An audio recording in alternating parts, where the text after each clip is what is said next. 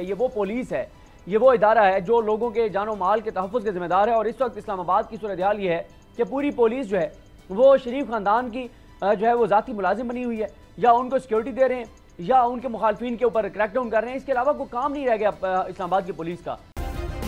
Subscribe کریں اور بیل دبائیں تاکہ کوئی خبر رہ نہ جائے.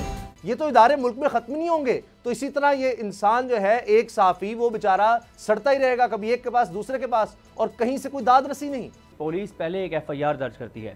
پولیس ایف آئی آر درج کرتی ہے جمیل فاروقی صاحب پر کہ انہوں نے اپنے ویلاگ میں پولیس کے اوپر الزامات لگائے. سب سے پہلی بات تو یہ ہے کہ یہ بہت ہی خطرناک روایت قائم ہو رہی ہے پاکستان کے اندر کہ اگر کوئی بھی سرکاری اہلکار، اگر کوئی بھی بیوروکریٹ، اگر کوئی بھی سرکاری ادارہ جو عوام کے ٹیکس کے پیسوں سے تنخواہ لیتا ہے، اس کو یہ لگتا ہے کہ اس کی ریپوٹیشن خراب ہوئی ہے یا اس کے بارے میں کسی نے غلط بات کہہ دی ہے، کسی نے تنقید کر دی ہے، تو وہ ایف آئی آر درج کروا دے.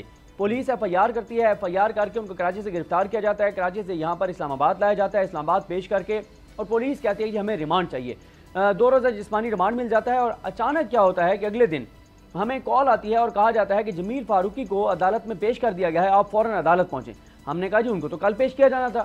پتہ چلا نہیں جی آج پیش کر دیا. کیوں پیش کر دیا ہے جی؟ پولیس نے یہ کہا ہے کہ ہم اس نتیجے پر پہنچے ہیں 72 گھنٹے بعد، گرفتار کرنے کے 72 گھنٹے بعد کہ جناب یہ تو ہمارا کیس ہی نہیں بنتا، یہ تو کیس ہی جو ہے وہ ایف آئی اے کا تھا اور ہماری تو جوریسڈکشن ہی نہیں بنتی. تو آپ اندازہ لگائیں کہ کیسے ہمارے سرکاری ادارے کام کر رہے ہیں، کیسے ہماری پولیس کام کر رہی ہے. یہ وہ پولیس ہے، یہ وہ ادارہ ہے جو لوگوں کے جان و مال کے تحفظ کے ذمہ دار ہے. اور اس وقت اسلام آباد کی صورتحال یہ ہے کہ پوری پولیس جو ہے وہ شریف خاندان کی جو ہے وہ ذاتی ملازم بنی ہوئی ہے، یا ان کو سیکیورٹی دے رہے ہیں یا ان کے مخالفین کے اوپر کریک ڈاؤن کر رہے ہیں. اس کے علاوہ کوئی کام نہیں رہ گیا اسلام آباد کی پولیس کا.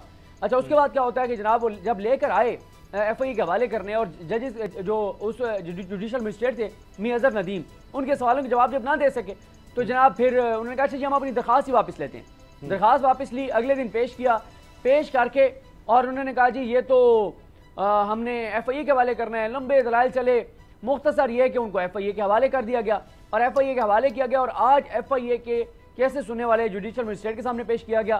ایف آئی اے کے پاس کوئی جواب نہیں تھا، لیکن 2 دن کا ان کا جسمانی ریمانڈ دیا گیا ہے جمیل فاروقی صاحب کا. اور حیران کن طور پر اگر پہلی بات تو یہ ہے کہ ایف آئی اے کا بھی کیس نہیں بنتا.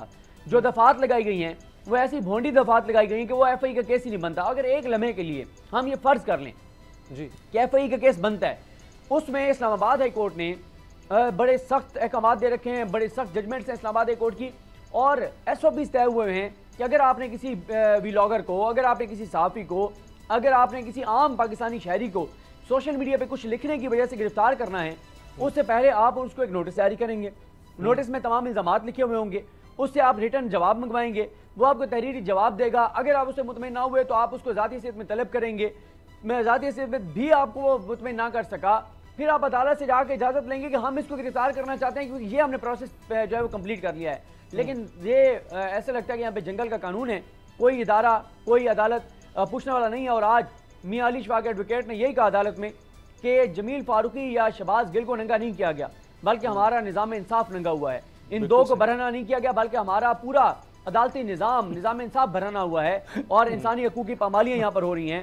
یہاں پر کوئی دیکھ نہیں رہا. یہ ایسے لگتا ہے کہ کوئی آئین نہیں ہے، کوئی قانون نہیں ہے. اور یہ ہم اسلام آباد کی بات کریں جو شہر اقتدار ہے، جو پاکستان کا دارالحکومت ہے، جہاں پہ میڈیا ہے، جہاں پہ پارلیمنٹ ہے، جہاں پہ سب اداروں کے ہیڈ آفیسز ہیں. یہاں پر اگر یہ ہو رہا ہے تو باقی شہروں میں آپ خود سوچ لیں کہ کیا ہوتا ہوگا. سبسکرائب کریں اور بیل دبائیں تاکہ کوئی خبر رہ نہ جائے.